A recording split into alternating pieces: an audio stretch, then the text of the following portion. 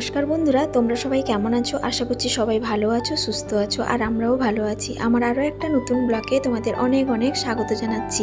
তোমরা দেখছো Sangita kitchen with happy family.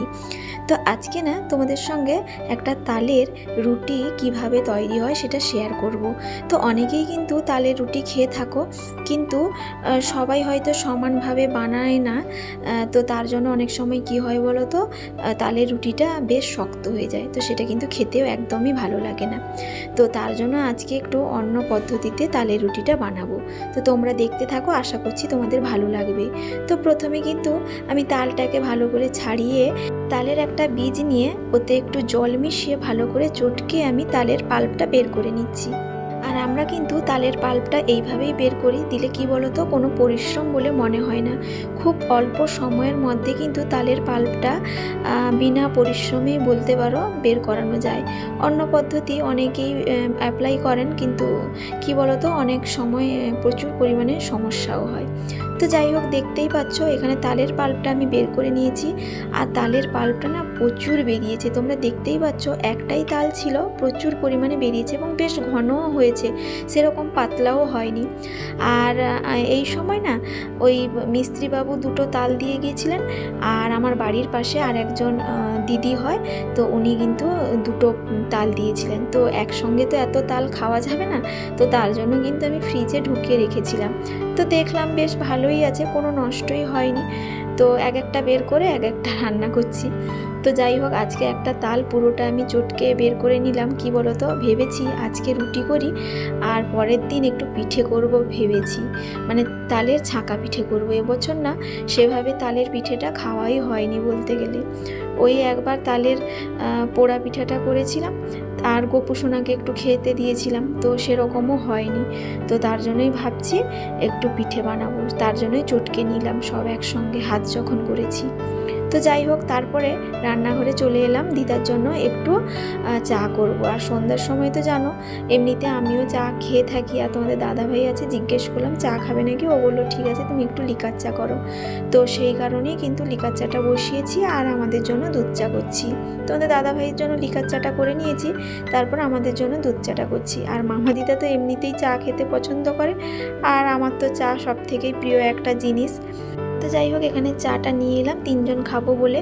আর মামা দিদাকে না একটু মুড়ি দিয়েছিলাম, তোমাদের দাদাভাই না জিলিপি নিয়ে এসেছিলো, তো সেই কারণে জিলিপি আর একটু ঝুরি ভাজা দিয়ে মুড়ি দিয়েছি। আর তোমাদের দাদাভাইকে লিকার চাটা দেবো, আর আমিও সঙ্গে চাটা খেয়ে নেব। তো সব কিছু কাজ গুছিয়ে চা খেয়ে চলে এলাম এখানে রুটি করব বলে।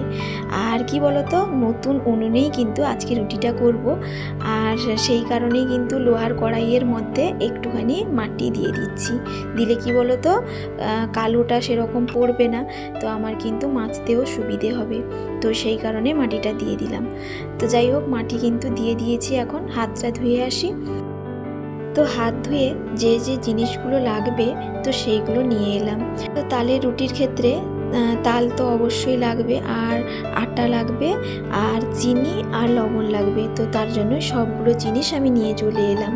তো উনুনে আগুনটা দিচ্ছি, তো ভাবছি জ্বলবে কিনা, কেন বলো তো, প্রথম জ্বালাচ্ছি তো তার জন্যই ভাবছি। আর এই কড়াইয়ের উনুনে কোনো দিন রান্নাও করিনি, তো সেই জন্যই ভাবছি উনুনটা ঠিকঠাকভাবে জ্বলবেও কিনা। আর ওইদিকে না এক দু ফোঁটা বৃষ্টিও পড়ে যাচ্ছে, জানো তো। ভাবছি যে রুটিটা ঠিকঠাক মতো করতেও পারবো তো। তো বলছি কি, যে এখন বৃষ্টি হয়েও না, আগে রুটিগুলো করে নিই, তারপর বৃষ্টি হবে। তো যাই হোক, কড়াইটা আমি বসিয়ে দিয়েছি, আগুনটাও বেশ জ্বলছেই ভালো। তো তারপর তালের পাল্পটা দিয়ে দিয়েছি, আর একটুখানি জল দিচ্ছি, যেহেতু একটু বেশি করে করব, তো সেই কারণে। আর সব থেকে বড় কারণ কি বলো তো, তালের পাল্প যদি বেশি হয়ে যায় তখন কিন্তু রুটি একেবারেই ভালো হয় না। তো সেই কারণে পরিমাণ দেখে আমি কিন্তু তালের পাল্পটা নিয়েছি। তো যাই হোক, এখন ভালো করে ফুটে গেছে, তো পরিমাণ মতো একটু লবণ দিয়েছি, আর পরিমাণ মতো একটু চিনিও দিলাম, কারণ একটু মিষ্টি হলে না এটা খেতে ভালো লাগে, তো তার জন্য। তো যাই হোক, ভালো করে ফুটে গেছিলো, তারপর আমি ওই আটাটা দিয়ে দিলাম। যেরকম সুজির পুর পিঠে হয় না, জল গরম করে সুজিটা দিতে হয়, তো সেইভাবেই কিন্তু তালের পাল্পটা ভালো করে ফুটিয়ে তারপর আটা দিয়ে ভালো করে নেড়ে চেড়ে নিচ্ছি। তো এখন কিন্তু ভালো করে নেড়ে চেড়ে নিয়েছি, আর দেখলাম কি একটুখানি না নরম থেকে গেছে, তো তার জন্য আরও একটু আটা দিয়ে ভালো করে মিশিয়ে নিচ্ছি। আর এই গরম অবস্থায় কিন্তু আমি ভালো করে মাখিয়ে নেব, না হলে শক্ত হয়ে গেলে না রুটিটা ভালো হবে না। তো সেই কারণেই কিন্তু আমি একটা থালার মধ্যে ওইগুলোকে নামিয়ে ভালো করে হাত দিয়ে দাবিয়ে দিচ্ছি, যাতে রুটিটা নরম হয় ভালো করে। তো আটাটাকে ভালো করে মাখিয়ে আমি ছোট ছোট লেচি কেটে গোল শেপ দিয়ে দিয়েছি। এখন রুটিটা তৈরি করব। আর উনুনটাও বেশ জ্বলছে ভালো। ভাবছি রুটিটা কেমন হবে, কেন বলো তো, প্রথম উনুনে রান্না করছি তো তো সেই কারণে।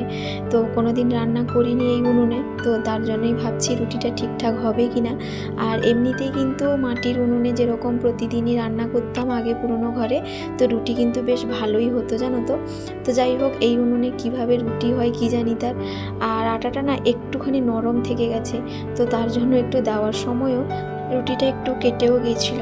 তো যাই হোক, একটু আটা বেশি দিয়ে আমি ভালো করে বেলে নিচ্ছি, দেখতেই পাচ্ছ। আর এই রুটি না প্রথম কিন্তু আমি জানতাম না, আমার বাবার বাড়িতে কোনো দিনই খাইনি। তো আমার শ্বশুর বাড়িতে আসার পরে না দিদিরা এইভাবেই রুটি করতো, আর এতটা পরিমাণ মুখে লেগে গেছে যে তালের সময় হলে এই রুটিটা আপাতত 3-4 বার তো করবই। কিন্তু এই কি বলো তো, এখন সময় সুযোগের অভাবে এইসব আর খাওয়া হয়ে ওঠে না। তো আজকে যেহেতু সময় পেয়েছি, তো তার জন্যই কিন্তু আমি বসে পড়েছি। তো দেখতেই পাচ্ছ আমি ভালো করে কিন্তু রুটিটা ভেজে নিচ্ছি। আর এইভাবে রুটি করলে কিন্তু বেশ নরম হয় জানো তো। তো পরপর কিন্তু একইভাবে রুটিটা ভেজে নিচ্ছি, দেখতেই পাচ্ছ হালকা কিন্তু হলুদ কালারেরও লাগছে। আর এই রুটিগুলো যেহেতু আমি খোল কেড়ে করেছি, তো তার জন্য এটা কিন্তু না সেঁকলেও চলবে। আমি কিন্তু হালকা একটু কাপড় দিয়ে দাবিয়ে দাবিয়ে রুটিটাকে হালকা ফুলিয়েও নিচ্ছি, দেখতেই পাচ্ছ। আর এই উনুনে না আমি আর রুটিটা সেঁকে নিলাম না, এমনিই কিন্তু রুটিগুলো ভেজে নিচ্ছি। তো দেখতেই পাচ্ছ সবগুলো রুটি কিন্তু আমার কমপ্লিট হয়ে গেছে। আর এগুলো কিন্তু বেশ খেতে নরম হয় জানো তো। তো তোমরা দেখতে পাচ্ছ রুটিগুলো কিন্তু দেখতে বেশ ভালোই লাগছে। আর অনেকে দেখি তালের পাল্পটা না ফুটিয়ে কাঁচা আটার সঙ্গে কাঁচা তালের পাল্পটা মাখিয়ে কিন্তু রুটিটা করে, তাতে কিন্তু বেশ শক্ত হয় জানো তো। এইভাবে তোমরা একবার রুটি করে খাবে, বেশ ভালো হয়। তো যাই হোক, তারপর তালের পাল্পটা যে বেশি ছিল, তো সেটা আমি ফুটিয়ে রাখছি। ওইটা যে বললাম কালকে বা পরশুদিন আমি একটু পিঠে বানাবো, তো সেই কারণেই কিন্তু তালের পাল্পটা আমি ফুটিয়ে রাখছি। আর এটা যদি ফুটিয়ে না রাখি তাহলে কিন্তু নষ্ট হয়ে যাবে। তো ঠান্ডা করে কিন্তু আমি ফ্রিজেও ভরে দেব। তো যাই হোক, এদিকে দুধটা আমি গরম করলাম, দুটো দুধই কিন্তু গরম করে নিলাম, না হলে কেটে যাবে। আর এদিকে এটা ঠান্ডা করছি, ঠান্ডা হলে কিন্তু আমি ফ্রিজেও ভরে রেখে দেব। তো যাই হোক, তারপরে যেসব বাসন বেরিয়েছিল সেগুলো আমি মেজে পরিষ্কার করে রেখে দিলাম, কারণ তোমাদের দাদাভাই এখনও আসেনি। তো এই যে বলতে বলতে তোমাদের দাদাভাইও চলে এসছে। আর এদিকে সমুর কাণ্ড দেখো, সমু এখানে জুস নিয়ে বসে পড়েছে, বলছে আমি এক্ষুনি খাবো। আর এদিকে ওর বাবা ওই প্যান্ট কয়েকটা নিয়ে এসছে জানো তো, কারণ ও পুরনো বাড়িতে কিছু সময় থাকে আর এই বাড়িতেও কিছু সময় থাকে, তো তার জন্য প্যান্ট জামাগুলো না খুঁজেও পাওয়া যাচ্ছে না। তো সেই জন্যই তার বাবাকে বলেছিলাম, তার বাবা কয়েকটা প্যান্ট নিয়ে এলো। আর সমু ওই লিচি জুসটা খেতে ভীষণ পছন্দ করে, তো তার জন্য তার বাবা যখনই নিয়ে আসে পুরো প্যাকেটটাই নিয়ে আসে। আর এই যে রাত্রিবেলায় জুস খাচ্ছে, ওকে বারণ করছি যে খেও না, এক্ষুনি দুধ রুটি হয়তো খাবে, তো এটা খেও না। না, ওই জুসটা বেশ পছন্দ, তো তার জন্য নিয়ে বসে পড়েছে।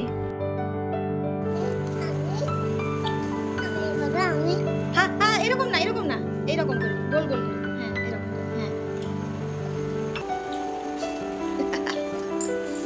এটা কি এরকম খাওয়া হয়নি, এরকম এরকম খাও। এই যে, হ্যাঁ কেমন লাগছে? ভালো? হ্যাঁ ভালো হয়েছে?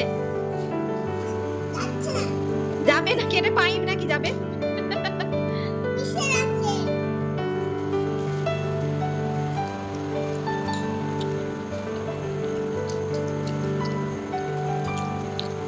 তো সমু কিন্তু খেয়ে বলছে মাম্মাম বেশ ভালোই লাগছে। তো যাই হোক বন্ধুরা, তোমরাও একবার বানিয়ে খাবে, বেশ ভালো হয়। আর দুধ দিয়ে খেতে কিন্তু বেশ ভালো লাগে জানো তো। তো যাই হোক, আজকের মতো ব্লগটা এখানেই শেষ করছি। তো আজকের ব্লগটা কেমন লাগলো জানাতে কিন্তু ভুলো না। তো সবাই ভালো থাকবে, সুস্থ থাকবে, আবারও দেখা হবে।